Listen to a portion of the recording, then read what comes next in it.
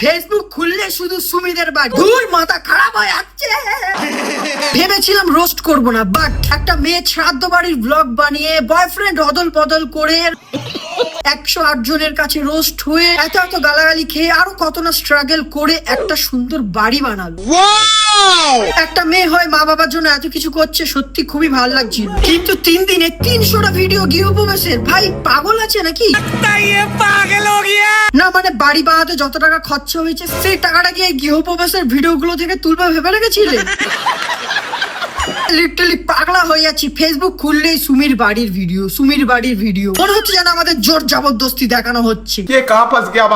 আবার এক গাদা ক্রিয়েটরদের ডেকেছে, তারাও আবার 50-60টা করে ভিডিও ছাড়ছে। ভাই বন্ধ করো হাত জোড় কে, বলছি এটা একটা বাড়ির গৃহপ্রবেশ হচ্ছে, এটা কোনো পুজোর প্যান্ডেল না, আজ উদ্বোধন হচ্ছে, সবাই দেখতে যাচ্ছ আর ভিডিও করছো। এই ঘরগুলো দেখে অনেকেই বলবে সুমিতি ঘরটাকে ছাপড়ি বানিয়ে ফেললে, কিন্তু বাবা মার পছন্দ ছিল এটা। এই কারা ছাপড়ি বলছিস ভাই তোরা? এটা ছাপড়ি না, এটাকে বলে টেস্ট খারাপ। কত সুন্দর লাগছে দেখো, খুব সুন্দর লাগছে, পুরো রঙের বাক্স। আজকে কি সুমি আর হৃদয়ের রিসেপশনে এসেছে নাকি বুঝতে পারছি না। বাহ, একদম মনের কথা বললে। কিন্তু সবথেকে বেশি তোমার বাথরুমটাই। এই দাঁড়া দাঁড়া, কি দেখলাম?